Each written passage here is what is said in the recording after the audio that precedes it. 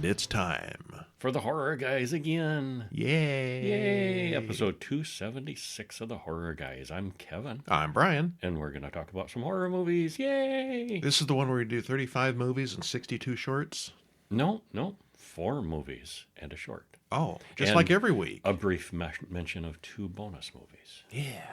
One of which is not really horror, but it stars Peter Lorre. I don't think either of them are really horror. Okay. But we'll get to that in a minute. Mm-hmm. Well, what do we have this week? Well, it must be spring. There's no new horror this week. I couldn't find any decent new horror movies to watch. It is kind of a dry period of new things. Yeah, we're caught up pretty much from all the 2023 movies, and there's a couple of things come out in 2024 that we've seen. New stuff coming, but no new stuff currently. Yeah. So it's time to drag the bottom of the barrel. Into the archives.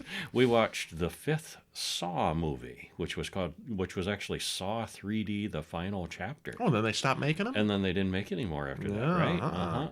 Well, just ignore those others that they've made after that. It wasn't in 3D either. It wasn't actually in 3D for us, yeah. But it was in theaters in 3D. And you could tell sometimes some of the things obviously coming right at the screen. Yeah. Like, oh, yeah.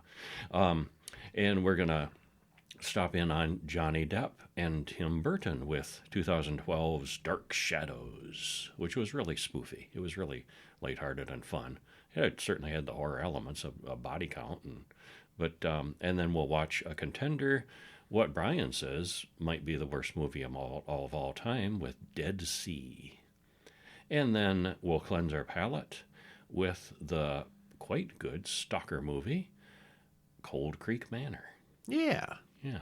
And then over on our weekly newsletter, we've got a couple of bonus reviews that we're not going to read for you here. We've got a couple of old Peter Lorre movies. The reason for that is over at our new project, hourlongpress.com, we've got a free biography of Peter Lorre, which as we speak, it's still not free because Amazon is just being very slow this week for some reason. Mm-hmm. So we will link to it in the show notes.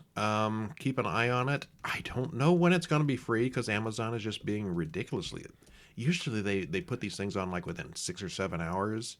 It's been on since Tuesday, and it's not actually available yet.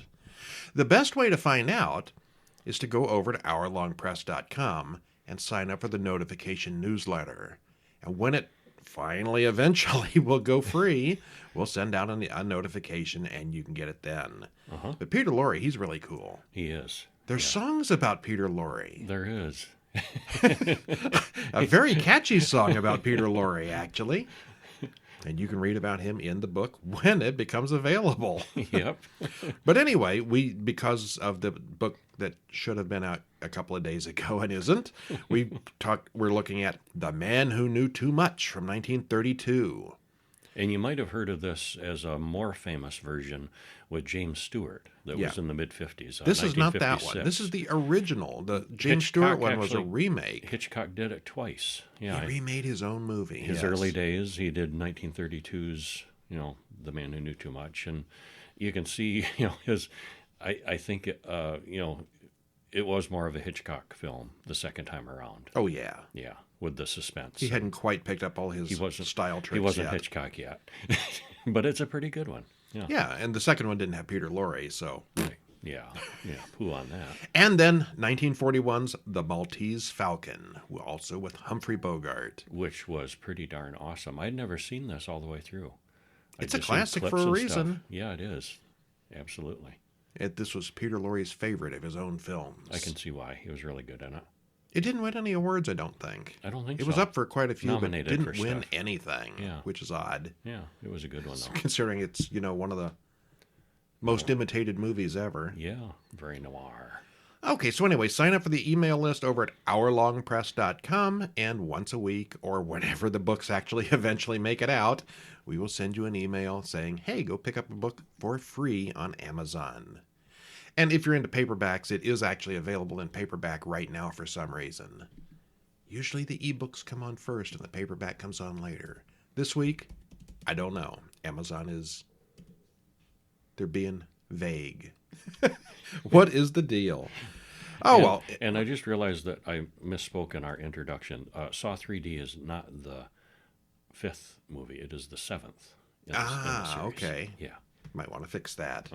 It's confusing not having it didn't really have a number when it was released. They just That's called right. It, We saw 5 a couple weeks ago. Yeah, Saw 3D, the final chapter was the title of it. Yeah. Anyway, we're still going to talk about it. We will, and let's talk about it right now. Saw 3D, the final chapter from 2010, a.k.a. Saw VII, which stands for 7 in most people's way of looking at it. Yeah, it does. Directed by Kevin Greitert, written by Patrick Melton and Marcus Dunstan, stars Tobin Bell, who's in it for all of like a minute. Yeah, he's definitively dead, but he still manages to pop up in these movies. Also, Costas Mandylor, Betsy Russell, and Carrie Elways, back from the first movie. 1 hour, 30 minutes. Trailer in the show notes if you're confused and don't remember which one this is, because they do kind of all run together with their names. A little bit. Can I say spoiler-free? You can say the spoiler-free. Well, this one continues on from the previous film, number 6, and it also goes back to events following the first film, and it fills in some more details of the whole story. So John is gone, he's dead, definitively, but the things he set in motion still continue, and the people that he teamed up with are still at it. And this was actually quite good.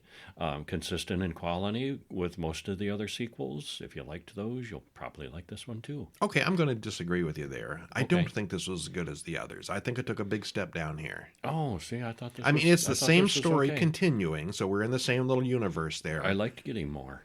Yeah. Well, more is fine, but Yeah. I think the traps were a little more contrived, and I think they were really stretching for a story here. No, I disagree. Okay. Yeah, I liked this one. Yeah, it kind of had a slightly different element with the main guy, I thought. Yeah. Yeah, he appears in a flashback. Yeah. With his hat on backwards, so he's younger. Oh, John, It's a meme. Yeah. Well, we open to a flashback to the end of the first film as the credits roll. Dr. Gordon, Carrie Elways from the first movie, crawls out of the big bathroom, lacking his foot and bleeding profusely. He cauterizes the wound by burning it on a hot water pipe, which looks like a lot of fun. That looked really painful. Ow. Yeah.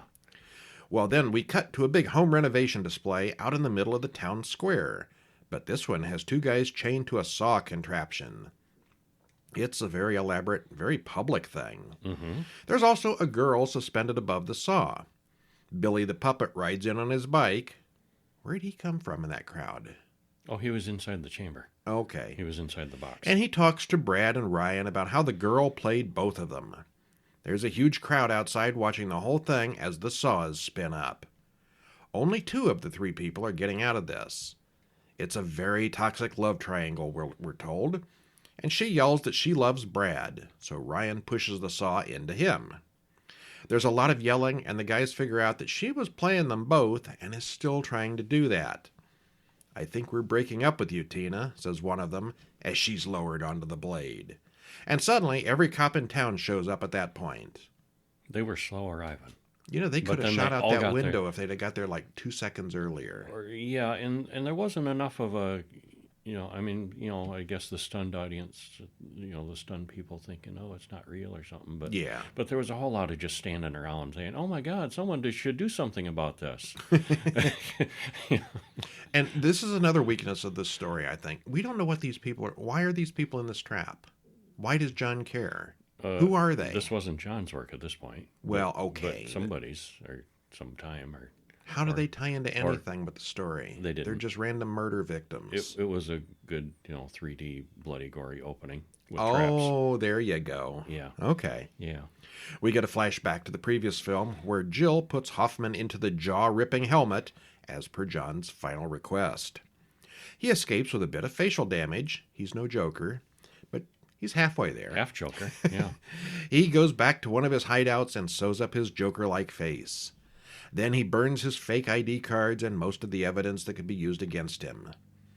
Jill goes to Matt Gibson, an internal affairs cop, and she wants to talk in exchange for immunity. Meanwhile, Bobby, one of the survivors of Jigsaw's games, is in town promoting his new self-help book. He talks about finding the strength to survive and how it helped him take control of his own life afterward.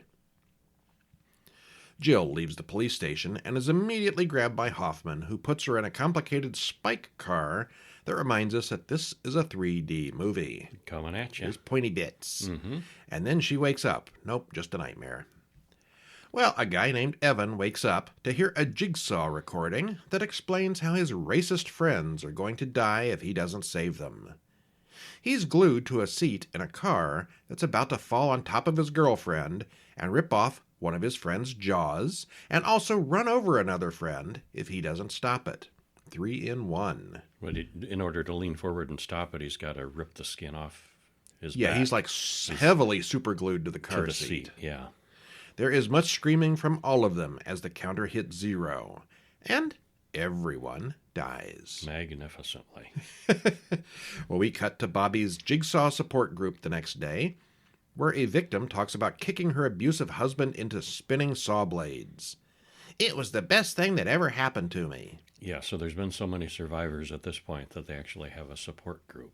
Remember now, John's whole modus operandi is to help people by showing them the freedom of murder. Yes. Well, and it works on some people. Showing the strength that they have within themselves and so forth. Yeah. How badly do you want to live? Mm-hmm. Yeah. And for some people, it actually helped. Yeah. Well, I mean, like the victim talking about, getting freedom from her abusive husband. Yeah. Well, she did. Yeah. Kicked him right into the saw blade. Yeah. Well, Bobby credits his wife, Joyce, for getting him through his recovery. Surprisingly, Dr. Gordon from the first film is there as well, and he calls out Bobby on his BS. He didn't appreciate his lesson. No. Someone then grabs Bobby on the way out of the meeting. Matt Gibson, the internal affairs guy, gets a call about the 4 people who died in the car trap at the junkyard. Hoffman left clues for Gibson personally. He puts Jill in a safe house, but Hoffman knows all about that place. He doesn't know where it is, but he knows they've got her. Bobby wakes up in a metal tube. Billy comes on screen and accuses Bobby of making the whole thing up. He's never been in a jigsaw trap. He just made up a story, wrote a book about it, and he's living off the profits. Yeah, you saw it. He was drinking at the bar and saw a news story about a survivor, and he's down and out and thinking, hey, I can cash in on that. And it works for him except Jigsaw doesn't like it. Until he gets caught in a trap himself for real. Well, he's in one now, and he has 1 hour to save his wife. He gets out of the spike trap easily enough, but there's a whole series of challenges ahead of him. Hoffman sends a tape to Gibson. He wants Jill for revenge. If he gets Jill, he'll stop the killings. If he doesn't, everyone's going to die. He warns him. Yeah. Bobby finds his publicist in a trap first. He's been fed a key that will shut off her device, but there's also a fishhook. Bobby needs to pull the key and the fishhook out of her stomach. Oh yeah, it's in her, not him. Right, it's a woman. Also, every time she screams, the sound-activated spikes get closer to killing her. He pulls and pulls, with blood gushing everywhere. He gets the key, but too late to save her. He's not very good at this. And he's like, if you just shut up, you'd be fine. But she won't stop screaming. Mm-hmm. Yeah. And then he fumbles around with it. He does get the key, and he can't get it in the lock in time because his hands are all wet and messy and fail. Yeah. Bobby flashes back to a book signing where John himself showed up. It's clear that John didn't approve of what Bobby's been doing with his stolen valor. Stolen valor. Well, it kind of is. Yeah, same idea. The police figure out that Bobby and his wife and his handlers are all missing. Bobby finds his lawyer in the next trap, which will pierce her eyes out. In order to free her, he needs to lift a bar that will slowly stab him as well. The higher he lifts it, the more these knives stick into his sides. Mm-hmm. Next, he finds his best friend blindfolded and noosed. He's suspended over a long fall, but there's a narrow bridge of planks. Bobby has to talk his blindfolded friend across the planks. They're both screaming idiots, and the key gets lost. The friend soon dies. Yeah, like I said, he's not very good at this. Yeah.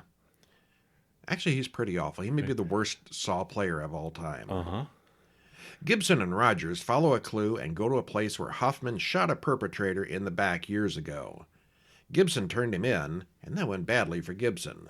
The police gave Hoffman a medal for it. Uh-huh.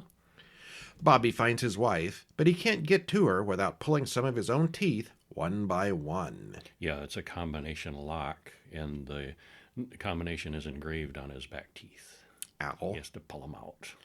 As he starts pulling, we see Gibson and the police enter the building where he was in the first spike trap. So it's just a matter of time till they catch up. Yeah. Bobby has finally reached his wife, but to save her, he has to actually survive the trap that he made up for his book. He has to climb up on a ladder with fish hooks stuck in him, and it's nasty. Oh, and it's not just fish hooks. It's No, great big like metal hooks, yes. Engaged in the chest muscles, and hoist himself up by his chest muscles.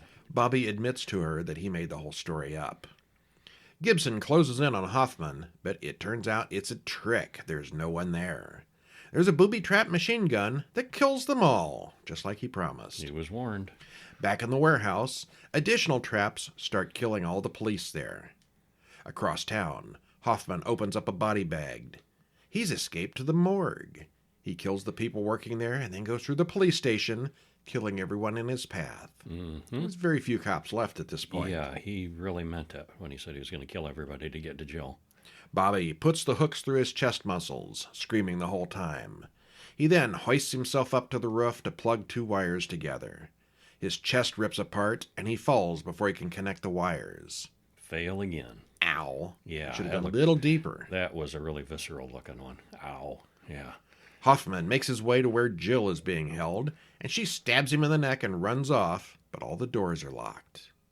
Bobby watches as his wife is enclosed in an oven and starts to cook alive. He's just really not very good at solving these traps to save people. No, he's not. Meanwhile, Hoffman beats the crap out of Jill and finally puts her in that jaw machine and sets the timer. Unlike him, it does rip her head apart. Graphically. Wow, Yeah. that was an especially... In 3D, no less. That was an especially juicy one. Hoffman then makes his escape after blowing up his last hideout. As promised, he killed everyone to get to Jill. On his way out, Hoffman is captured by Dr. Gordon and some men in pig masks. Remember them? Mm-hmm. We get a flashback to John leaving Gordon a special message. John helped him heal and replaced his missing foot. Turns out he's been working with John all along. You gotta have a twist. You always gotta have a twist. Tying up them loose ends. Hoffman wakes up in the big bathroom, where Gordon has him chained to the wall, just like he was so long ago. Gordon takes the hacksaw away, though. I don't think so. Gordon leaves him there, chained to the wall in the dark. Game over. Boom, and he shuts the door. All right. Well, Bobby may be the worst player in the whole franchise. He didn't save a single person. Some of the early deaths are simply excuses for neat murder devices, but don't have a whole lot to do with the overarching plot. Yeah, that first trio. Yeah. Yeah. We didn't watch the 3D version, but most of the deaths are very splattery, so that's what that's all about. And that first one, it's a little vague, too, of what time that took place. That could have been an old one that John did himself. We don't know. Yeah, it's unrelated to anything. Yeah, it seems unlikely that Hoffman or Jill would have done that. So I'm leaning toward it's one from the past. Did Jill ever kill anybody? Was she the killer at some point? I don't remember that. She was. She was an accomplice, sort of. She was involved in some stuff. Yeah. Yeah. So I'm going with it's an old trap that we saw that John did. Uh-huh. Yeah. Okay, well, this one is only loosely connected to the previous films, as John and Jigsaw is dead by this time. John only appears in a brief flashback, and even Hoffman doesn't show up very much. Dr. Gordon makes a comeback, which ties things up right at the end.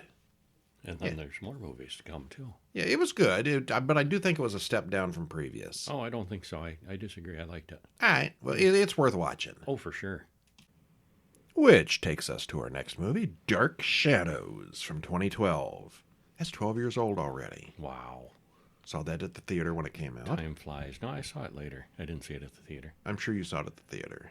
We saw it at the theater. Yes. Anyway. Oh, that's right.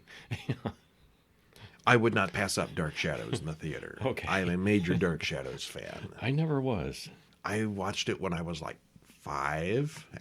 Before. I'm not even sure if I was in school at the time. It was on in the afternoons. Yeah, for those who aren't aware, it was a soap opera of sorts.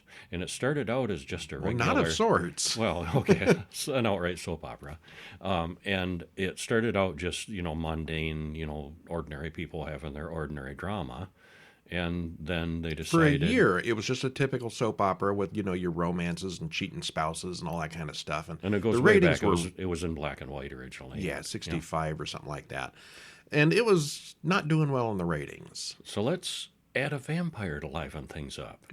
And we'll add some, a werewolf and some witchery and witches and ghosts. And they had all kinds of magic stuff going on. And it was a major hit until it was done. And it ran for decades. And, Well, not that long. Okay, a long time. Not decades, but many years. Yeah, hundreds of episodes. Yeah. And then in the 90s, they rebooted it with a well, it wasn't really a mini-series. It was like one season of a series.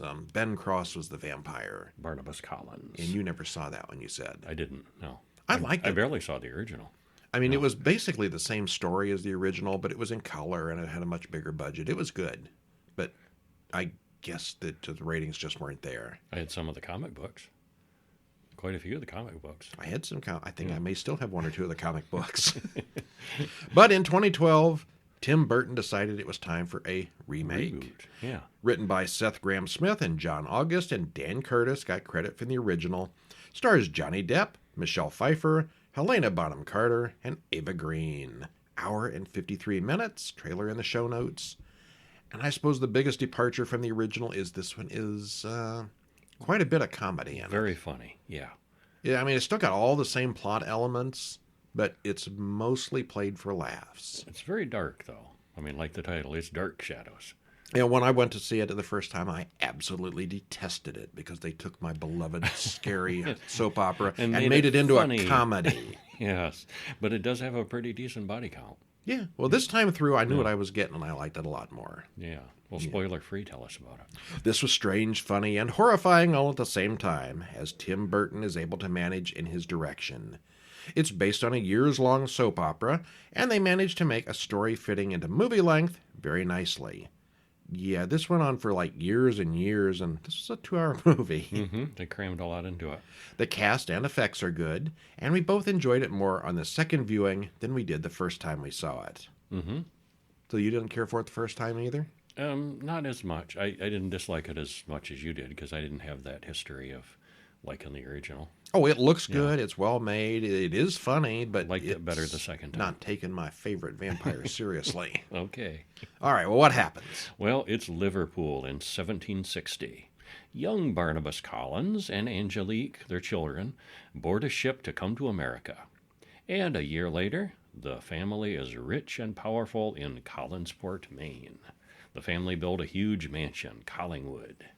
Years pass, and grown Barnabas and Angelique have sex, but he admits he doesn't love her. And so she does what any reasonable woman would do. She puts a curse on his parents and kills them. Oops. Yeah, by way of magic. Well, meanwhile, Barnabas falls in love with Josette, which in turn causes Angelique to curse Barnabas himself. When Josette is possessed, jumps off a cliff to her death. And Barnabas, too, jumps to his death to follow her, except he doesn't die when he lands. And that's a painful landing. I mean, splat. Splat. Except he gets back up again because he's been cursed to be a vampire. Angelique and the town people then take Barnabas and bury him alive in a coffin wrapped in chains. And now we fast forward to 1972. Credits roll.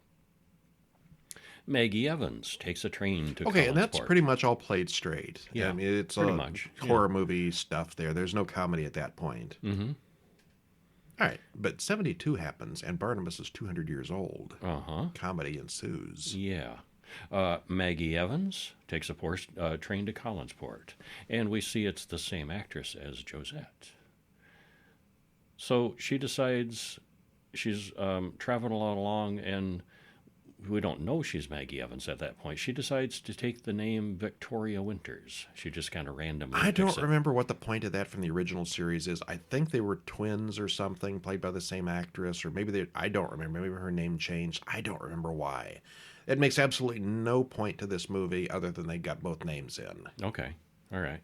Well, she's going to be the new governess at the Collins place. Willie Loomis answers the door. He's only one of two servants.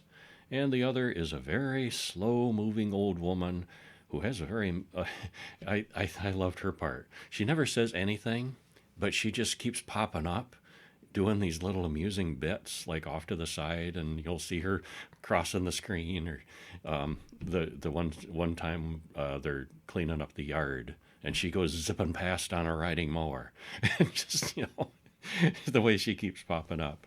So anyway, the house is pretty run down.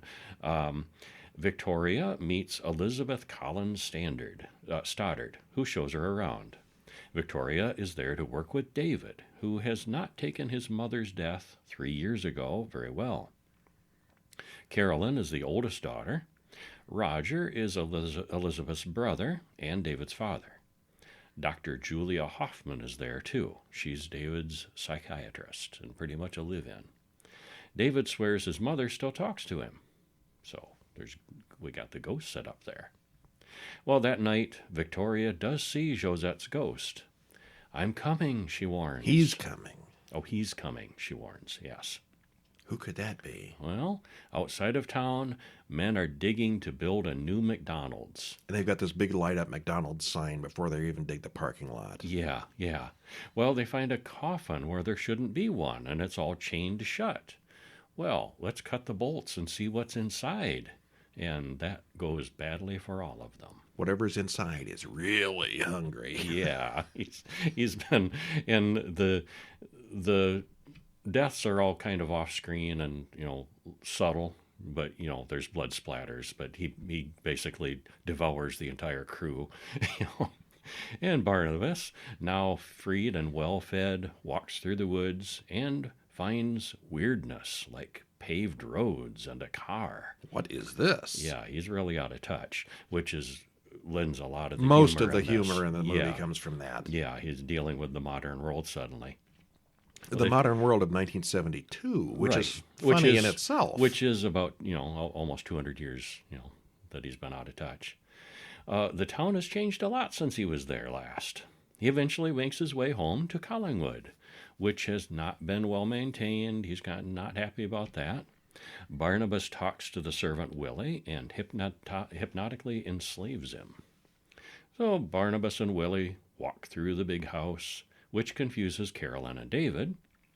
Elizabeth questions him, and he looks just like that ancient painting over the fireplace. Yes, resemblance, family resemblance, yes. Well, she tells him that she knows about the original Barnabas's death. What she knows. She doesn't know the true story. Yeah. Well, Barnabas says that he's the same man and a vampire. Still, he promises not to harm any of them because they're family. And she believes this, and she's okay with that because weirdness. Yeah, why not? Yeah. Well, Barnabas then opens a secret door that they haven't found all these years, where all his treasures are stored. And there's just a mass of stuff. In the morning, he meets the rest of the family. Elizabeth knows what he's all about, but the others kind of think he's a loon. They talk about the family business, which was a fishing business that has fallen to decline over the years, and how it's not what it used to be, but Barnabas is going to fix that. He's got lots of money locked away down there, and the family is mostly broke at this point. And he's going to get things going again. Yeah. Well, then Vicky walks into the room, and she looks exactly like Josette, which, of course, Barnabas notices immediately. The Collins business competitor, Angel Bay, is run by Angelique. She's used her witchery to keep herself alive and young and beautiful all these years. Who knows? She knows what happened in the cemetery last night. She drives right over to Collingswood. I mean, she just immediately figures out who it was and, why this crew died and, heads right over there. Well, Willie's not smart enough to lie about Barnabas being there.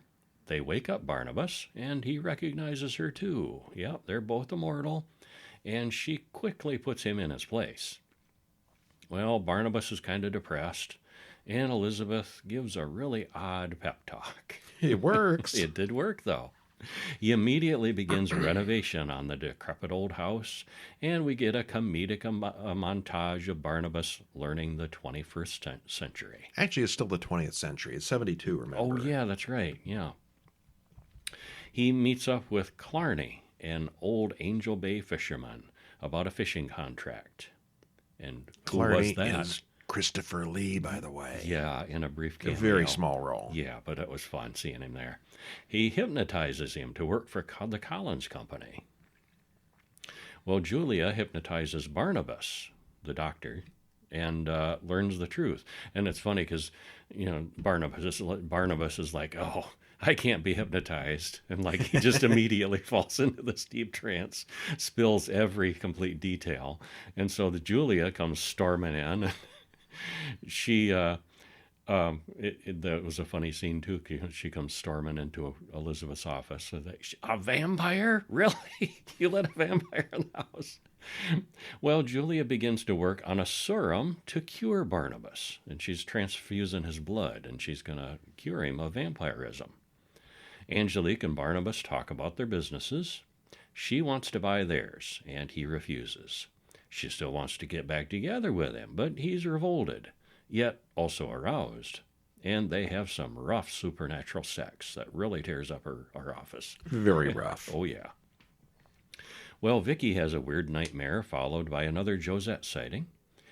Julia looks sick at breakfast, where Barnabas demands that the family throw a ball. They can get Alice Cooper to perform. And Julia, she's a chronic alcoholic, and everybody thinks she's just hungover in the morning. She's got sunglasses. She's looking pale. Well, the party is really something. A de-aged Alice Cooper performs. They had Alice Cooper in 1972, by the way. They did. Oh, yeah, he was really, really old. He was the maybe real he's thing. a vampire. Maybe. Yeah. Barnabas calls him the ugliest woman I've ever seen. This Alice Cooper. Vicky says it feels like she's known Barnabas forever. I've lost my place. She tells him a story. Oh, yes, there it is. Oh, she tells him a story about her own family locked her up for being psychic, and she's always been able to see ghosts. It was Josette's ghost that pointed out the ad for the governess position. Barnabas figures out that Julia's not trying to take his blood to make him immortal. She's using it to make herself immortal. So he sucks her dry in anger. And he and Willie dump her body in the ocean. Barnabas then finds Roger searching for his treasure and talks him into leaving town. Not long after, the whole family sees Barnabas for what he really is. Angelique threatens to kill Vicky if Barnabas doesn't join her. He refuses, so she puts him back in his coffin and drives out of town, magically making the Collins fishery explode on the way out. And she then leaves him in the family crypt. Well, luckily, little David opens the coffin 20 minutes later. His dead mother told him to do it. So Angelique goes to the sheriff, plays a recording of Barnabas admitting being a killer, and an angry mob descends on Collingwood, led up by Angelique, who's getting everybody fired up. Barnabas agrees to go with the mob, but first he bites Angelique, and that reveals her as a witch.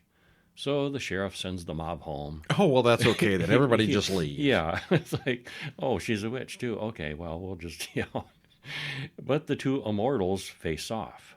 Elizabeth's got a shotgun, and Carolyn is revealed to be a werewolf. This family was messed up before Barnabas showed up. He may be the normal one. Well, Carolyn jumps on Angelique, but she can't do that much. She does slow her down a little bit. Angelique admits tormenting the family for generations. David walks in and warns her to leave now or his mother will get her. David's dead mother does show up, and she's not happy.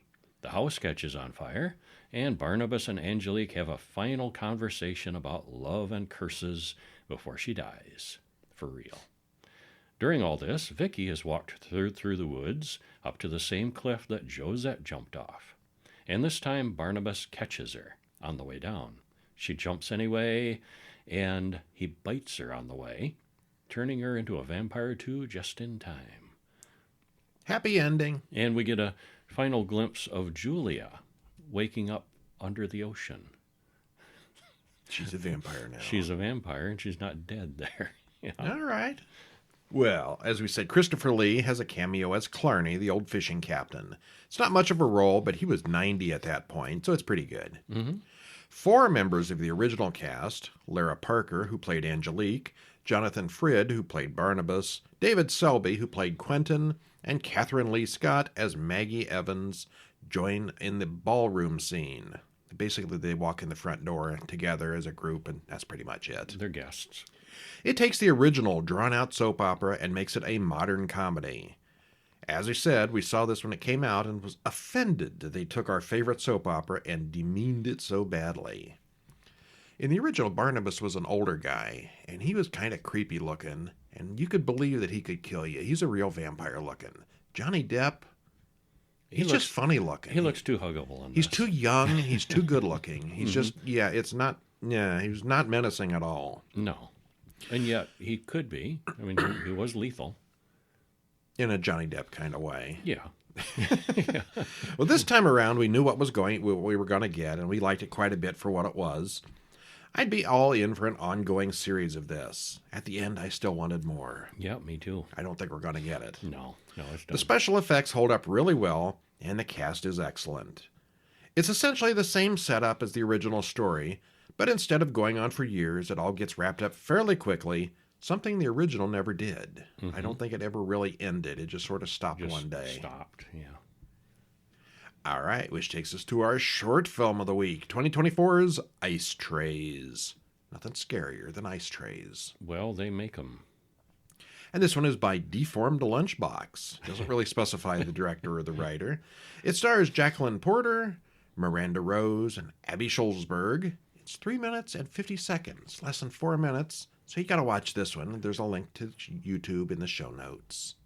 What happens? Well, a woman takes an ice tray from the fridge, but the ice is red. She asks her daughter about it silently. There's actually no dialogue in it. Nope. Yeah, pantomimes, but she doesn't know. She just kind of shrugs. Well, the woman then tries tasting one of the ice cubes. And the rest is spoiler territory.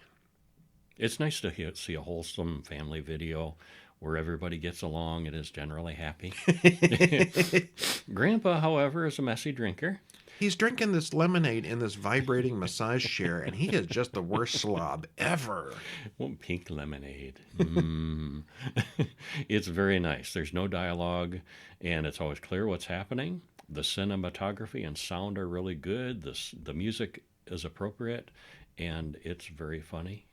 I was so delighted with this. Kevin watched it right before we started recording, and he giggled through the whole thing. I did, because it's so short, and there's so little to it, but it's so well done. It is so hilarious, and so yeah, this is one I really recommend.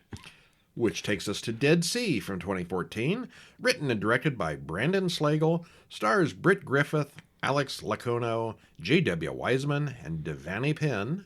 Hour and 30 minutes, trailer in the show notes. Was this one of your dollar store DVDs? It was. It was, yes. Okay. I bought this at the dollar store. Oh, God. Well, Spoiler let me free. say spoiler free. This starts out with a lake monster, and then it goes to soldiers in the desert years later, and then some characters do stuff, and then there's more lake monsters, and characters do more stuff. So it's kind of disjointed. But Lots of stuff happening. It comes together eventually. No. It's not very well done, and we didn't enjoy it at all. So you agree that it was horrid? Well, I wouldn't go as far as say horrid, but I didn't have the hatred for it like you did. I'd give it a 5. I have hatred for very few films like this one. The low side of 5, like maybe a 4.5. I'm not going to say I outright loathed it, and because people worked hard on it. We watched Plan 9 from Outer Space, and we both had fun with it. We watched I don't know what else. The Killer Shrews, and we both kind of liked that. They're fun. Mm-hmm. This is trash. Night of the Lepus. Night of the Lepus, yes. That's another good example of awful movies that are still fun. Legendarily awful movies that are still fun. This had that element of awfulness. This wasn't but fun. But it lacked the fun. California, 1983. We watch a tearful farewell as a young father leaves his wife and child before taking a canoe out to feed himself to an unseen sea monster. All right, some kind of sacrifice thing. We've seen that before, but it works. Uh-huh. In the Middle East, 2002. Soldiers shoot at the locals and interrogate prisoners. They incorporate all the cliches of a desert warfare movie, and this goes on for a very long time and seems to have nothing to do with a sea monster. Why are we watching all this desert war drama? Because one of the soldiers is from that town. But we don't know this. It's just soldiers. We don't know who any of these characters are at this point. We find that out later. Yeah. Well, one of the soldiers asks another about what happened to his father in 1983. As one does. Mm-hmm. What happened to your father in 1983, Kevin? I don't remember specifically. Well, why would I ask this in the first place? He was just hanging out at home, probably. The soldier explains that the monster shows up every 30 years to feed. How did the other soldier know anything happened? Why did the subject of a sea monster come up in the middle of a desert battle? Because the script said so. Because dialogue. We cut to a woman talking about a dig site, and then we switch to a hairy hillbilly in bed marking days off a calendar. The woman with the dig is named Victoria, and she's a heavy drinker. There's some stuff between drug dealers who act sad after murdering a guy. Does any of this tie together at this point? Nope. It's just a whole bunch of... No. Very, very At this loosely. point, it's different scenes. Actually, at this point, you don't know. There's no tie together. Yeah. This thing happened, and this thing happened, and this thing happened, and we don't know why. Totally disjointed. Yeah. We cut to a bunch of young people on a pontoon boat in the summer. One of them is named Ariel. We cut back and forth between young people in bikinis and that hillbilly guy talking to a guy named Castor. Castor watches the young people with his binoculars. The young people jump in the water, and everything gets dark and creepy. All of a sudden, everyone in the water is bloody and dead. We don't know what happened. They're just dead. Castor watches it all, but doesn't react. He rows to the pontoon boat in his canoe and looks around. Later, Ariel wakes up on the shore. Victoria gets a phone call from some guy who wants her to check out a report of dead fish on the lake shore. He called her because she's familiar with the area. The reports are similar to those from 1983 and 1953. And we're like an hour into this movie at this point, I think. Yeah, pretty much. At least the halfway point. I think 45 minutes was that desert battle. Okay. Some woman mumbles about some stuff. I just don't ask. Yeah. The hillbilly marks another day off his calendar. One of the drug dealers has flashbacks to that desert thing. Until this point, we didn't realize it was the same guy. And we don't know this because no one has talked to the guy since the beginning of the movie. And no one told us this. I started browsing Reddit while rolling my eyes at this thing. And I'll stop back in if something happens in this. And you didn't stop. Oh, there's a story from Reddit. There's a story from Reddit. Ooh, here, look at this story from Reddit. Anyway, okay. At this point, Brian checked out. So anyway, Victoria and the drug soldier, whose name is Keir, turns out they know each other, and that hillbilly guy is Victoria's father, Callan. We're nearly an hour into this, and I finally figured out who these characters are. Random crap happens for an hour, and then finally we find out they're all sort of related. Ariel tells Victoria that there's a sea monster in the man-made reservoir. Some other guys, everybody's just some other guys. Pretty much. They all say the offering must be a native. Ariel says Victoria needs to be the sacrifice because she's from here. She's local. Well, there's running and screaming and men walking slowly with guns. Somehow, chasing Victoria through caves in the desert has something to do with a sea monster. Eventually, Callum decides to be the sacrifice so that Victoria can leave town, and it's over. Okay. They have desert caves next to this lake. Mm-hmm. And hillbillies. And drug dealers and soldiers. Former soldiers. Okay. And a sea monster that pops up. Oh, yeah, there is a sea monster, I guess, yeah. On a regular cycle and must be appeased. Well, it's like the director had a bunch of random footage and then just decided to throw it all together and call it a film. It started out making no sense, and then just got worse and worse as it went along, seemingly without any limit to the worsening. The acting is atrocious all around. The direction is atrocious. The story and the plot are atrocious. The sound design is atrocious. The special effects are atrocious. The lighting, well, you get the idea. This is just terrible, terrible, terrible. If you see this DVD in the bottom of the bin at the dollar store, do the world a favor and buy all the copies they have. Go outside, run them over with your car, and then wash your hands to get the stink off. Kevin's addendum. Oh, you read your addendum there. I did get the DVD from the bin at the dollar store. I apologize to Brian and all of you for the damage I unknowingly inflicted. Yes, if you have this movie on your DVD shelf at home, don't watch it. Don't watch it. Yeah, we can't recommend it. Send it to that relative you don't like. I don't have the absolute hatred for it that Brian does, but I wouldn't recommend it. It was a very poorly made movie. We're both in agreement on you don't have to watch it. It's okay. Cold Creek Manor from 2003, directed by Mike Figgis, written by Richard Jeffries, stars Dennis Quaid, Sharon Stone, Stephen Dorff, and Juliette Lewis. 1 hour and 59 minutes. It's a long one. 2 hours almost. Uh-huh. Spoiler free, it's a mystery thriller with horror elements. We suspect early on the way things are gone ahead, and it pulls things along nicely as the details are filled in. It's a very strong cast with a decent story. We liked it quite a bit. Yeah, I thought it It's got pretty its darn tense good. moments, but I would really call it more thriller than horror. Yeah, I would too. Unless you want to call a stalker a horror movie. But it was good. We liked it. Yeah, well, there's snakes, and it's got horror elements. Some. But, yeah. All right, well, what happens? Well, we open on Cooper and Leah Tilson in New York City. She's got to fly off to a business trip, and he oversleeps. So he's rushing around. The kids, Kristen and Jesse, are late for school. And Kristen is actually Kirsten Stewart in a very young role. She's like 10 here. I didn't know she did anything before She was Twilight. looking But mighty she young did. here. Yeah. Well, it's all very annoying and hectic as they rush around, and son Jesse ends up getting hit by a car. But he'll be okay. We've got to get out of this city, Cooper complains. And he gets hit because Dennis Quaid is sitting in his car, talking on his phone in a no parking zone, and the guy behind him gets mad and goes around him. And then Dennis Quaid blames the city because he wouldn't move his car. Plus the boy who doesn't seem to understand the concept of Don't move out between parked cars. go out between cars and Look both ways. and don't cross the street like that. City living is hard if I you're guess. stupid. I guess. It's even harder when you're stupid. Yeah. Okay, anyway. Well, they sell their house in the city, plan to buy an old foreclosure way out in the country. It's a big place. And they get directions to a place. It's called Cold Creek Manor from Ruby, who works at the nearby gas station diner store. It's like all in one. It's a very, very small town. Not It's much at the all business. to the town. It is the town. It is the town, basically. Everything is there in this one business. It turns out to be an old deserted mansion. And so they let themselves in to explore.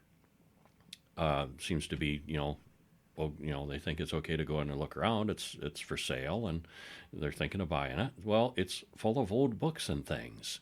Looks like the people who lived there just left it all. It's really run down, but it is full of stuff and personal belongings.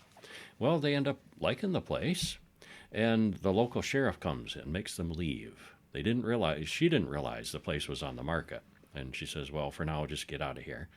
Well, they do, in fact, end up buying the house and move in. It's a big property, too. Well, they sell a lot of the old antiques inside the house and plan to renovate. Looks like the previous owners left in a hurry. There's still a lot of stuff that they come across. Well, the family goes to Pinsky's, that local restaurant, and meets the owners. They've lived in this little town for many years. Ruby and her friends overhear the entire conversation. Cooper buys their horse for the kids. Cooper mentions that he's a documentary filmmaker, and he's looking into the history of the family that used to live in the house. Would you watch a documentary about a family who used to live in a house that somebody just bought? It just seems like such It's a stretch. mundane topic. Yeah, it's an old house and an old family. These people had the house and they moved out suddenly. Let's make a movie about that. And there's a lot of people, but nothing noteworthy. There was no big news stories or anything controversial that he knows about. Just And what we do it's find an out, old house and an old family. yeah, the old man went to a nursing home and the younger guy went to jail, and let's make a movie. But he didn't even know that at this time. No, we don't know anything. Yeah. It's an excuse for a documentary filmmaker to be researching. It basically. is. He's Yeah. a research guy now. Yeah. Okay, we got it. Okay. And it's alluded to that he's had some success as with past documentaries, that he's well known and he's done pretty well with this. Well, they find a man who has entered their house. He says his name is Dale Massey, and he used to live there. He invites himself for dinner, and it's all kind of awkward. He admits that he didn't keep up with the payments, and the bank repossessed the place. He just got out of jail after 3 years, and he needs a job. And they feel kind of sorry for him, and could they use him as a handyman? And Just say no. Just say no. The Tilsons are a little bit creeped out, but they hire him to clean up and get the pool running. Dale goes to see Ruby right afterwards. They are very close. Later, Dale explains how he used to kill animals on the farm in the old days. Whack him on the forehead with a hammer. Yeah, it's these big spike hammer things. Well, there's one of the tools missing off the wall display. Within a few days, Dale has the pool working and he's moved on to other projects. He kind of flirts with Leah, and Cooper's not happy about it. The sheriff asks Cooper about Dale. The sheriff is Ruby's sister. Dale's father is still alive, living in a nearby nursing home. So Cooper goes to see the old man, who has dementia. All his livestock, 10,000 sheep, got hoof and mouth disease, and he had to kill them all with those hammers. He gets really upset when he learns that Cooper bought his house. A small role for Christopher Plummer. Yeah, it is. In the morning, we see that there are snakes all over the house, but no one notices them right away. And they all find the snakes at about the same time, and chaos ensues. Lots of snakes. Whole family ends up on the roof, and there's snakes there too. Well, Dale comes to the rescue with a couple of his friends, but Cooper finds that kind of suspicious. Thinks Dale put all the snakes in the house. Those snakes weren't there yesterday. Mm-hmm. Well, Cooper fires Dale, but Leah doesn't see anything wrong with Dale. Ray Pinsky warns Cooper not to alienate the town, so Cooper buys drinks for everyone at the bar. Even Ruby warns Cooper about Dale. And Dale, at the bar, ends up punching Ruby, getting into a bar fight as Cooper watches. The sheriff breaks it up, but Dale doesn't look that impressed. And this culminates with Dale chasing Cooper home in his car. In the morning, they find their horse dead in the swimming pool. On the way home last night at the chase, Cooper runs into a deer or a sheep or something on the road and bashes in his headlight. Uh-huh. And in the morning, the horse is dead, and of course everybody blames him for hitting the horse. Yeah, and were you drinking? Well, yeah, but, and so, yeah, it looks bad. Yeah, from the damage, they assume that he did it while he was drunk. He blames Dale, but Leah doesn't believe him. Leah wants to go back to the city, but they can't afford to move out.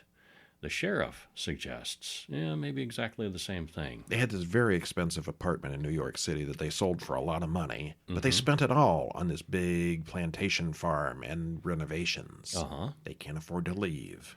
Dale confronts the family publicly when he finds out Cooper is making a movie about his family. It's clear he's not quite right in the head.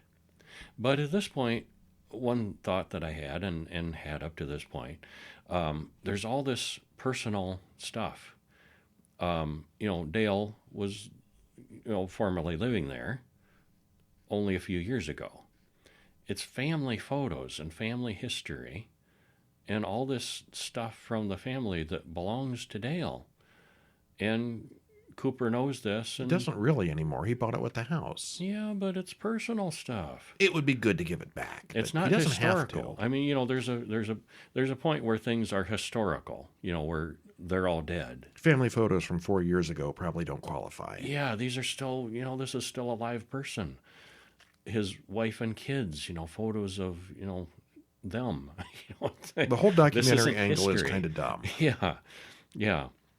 I mean, I would box it all up and give it to Dale, but that's kind of weird. I thought. Actually, I think they offered to let him take anything he wanted, but he didn't want anything. He didn't want it, but then I still wouldn't keep making the documentary with him right there in town.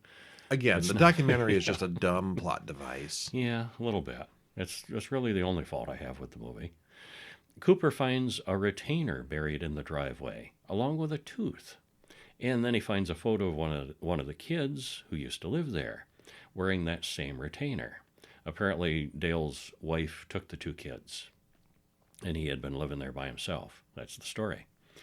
Leah comes up behind him, and Cooper says he killed his No, children. she says that. Oh, she's been all in on she's Dale at this point, sticking Okay. up for him, and then she sees the video of the kid with the retainer, and like she's and like, the actual retainer. Yeah. he killed his children. He killed his children. She's all in on the anti-Dale wagon at now. that point. Okay, yep. Well, Cooper sends Leah and the kids away while he looks for more evidence. He finds a car on the property, and it belonged to Dale's missing wife. She didn't just leave town. The car is there.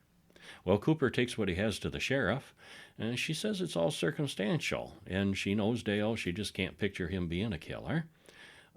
She loans him a two-way radio while she investigates. At the hospital, Dale visits his father, and the old man knows Dale lost the farm. "You're a corrupt spawn of your whoring mother," the old man accuses. "I saw everything you did. She was leaving you and taking the kids.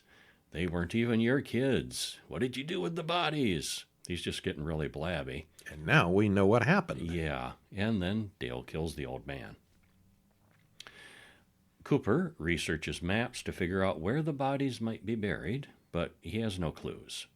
He hears a noise in the kitchen and almost knocks out Leah. She knows where the bodies are hidden.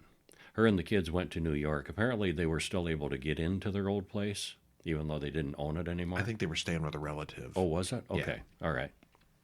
But anyway, something the kids found was the Devil's Hole, which the kids found that place right after they moved in.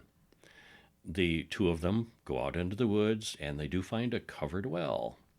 Cooper lowers his night vision camera down into the hole. They look at the footage, and they see at least one body down there.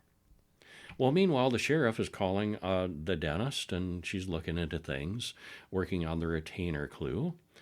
Well, something happens, and Ruby comes in to visit her sister, and the receptionist says, "I don't know, I think she stepped out." And Ruby finally figures out that the sheriff is on the floor, been clobbered. She's dead. Dale has been there. Dale comes up to Leah and pushes her into the well. Cooper returns and helps her climb back out. They walk back to the house, find their car is on fire. Dale cuts the power to the house and comes in screaming. He smashes Cooper's office with one of those animal-killing hammers, chases them through the house and up to the roof with his hammer. Well, the two men fight it out. As Dale stops to monologue, Leah and Cooper grab a rope. They swing him onto the skylight and smash it beneath him, dropping him through several stories of glass, killing him painfully and dramatically. Later, we see Ruby at Dale's grave. Cooper and his family live happily ever after at the house. Maybe the whole deal with the skylight might be just a little contrived. It just happened to be there with that rope. And yeah, okay. Well, okay, yeah, it's pretty clear as soon as Dale shows up where this is all heading. But the mystery is in finding out why Dale is the way he is. What really happened back in the day. Again, it's really more of a thriller than a horror, but it has many horror elements and a lot of suspense. There's really not a lot to say about it. It's a mystery thriller. And it was good, well done. Yeah, we liked it. Yeah, I liked it all around. Yeah, there's just not a lot of commentary to say. It was well made. Not perfect, but I'd give it a solid 8. Nicely paced. We don't like the whole documentary gimmick. Yeah. But the pacing was good. Despite it being long, it didn't seem long. No, it moved really well. Yeah. Definitely worth seeing. Yeah. All right, and that is it for what we're going to talk about today. If you stop in over at horrorbulletin.com, you don't have to be on the email list, but if you do, you get these in your mailbox. But you can stop in there right now and read about The Man Who Knew Too Much from 1934, and also The Maltese Falcon from 1941. 2 classic black and white movies. One from Alfred Hitchcock, one from... I don't know who directed The Maltese Falcon. I should probably know that offhand. John Huston. Oh, yeah, right. That was yes. some of his early work. A couple of major classics from back in the day, both starring Peter Lorre. And he is a creepy little troll, that is for sure. He is, yeah. He does manage to do that. And if you would like a free copy of the Peter Lorre biography, it's something like 60 pages. It's one of the longer biographies, surprisingly. Stop in over at hourlongpress.com. sign up for that notification list, and we'll let you know when it becomes available. And at this point, I think there's probably something wrong over at Amazon. I may have to drop them a message. So maybe it'll be out today. Maybe it'll be next Friday at this point. I don't know what the deal is. I've never had this happen before. Yeah, and I'm looking on Amazon as we speak, and it's still not available on Kindle. Yeah, the paperbacks, if you want the paperback, go get it. It's there. If you want to grab the other Kindles that are out there if you have Kindle Unlimited. What, there's other others. biographies? I'm looking at this. There's Vincent Price, Peter Cushing, Bela Lugosi, Lon Chaney Jr., Boris Karloff, and Christopher Lee biographies out there. Whoa. I think there may be one more horror person biography coming up, but maybe not. We may be done with the horror legends biographies. I've got one that's going to be coming out very soon. That's the history of the national anthem, the Star-Spangled Banner. Is it scary? No. There's horror people in it? Well, there's some war stuff. It's got a body count. All right. So yeah, it's not just a series of horror legend biographies. That's just the way we decided to start it because you guys are into horror and we want you to try it. But Hourlong Press, Hourlong Books is going to be all kinds of topics. Yes, we are going to probably stop talking about Hourlong Press pretty soon because it's not going to be just horror based. But if you get on that email list there at hourlongpress.com, you'll be told every week when there's a new free book, and you take the ones you want and don't take the ones you don't want.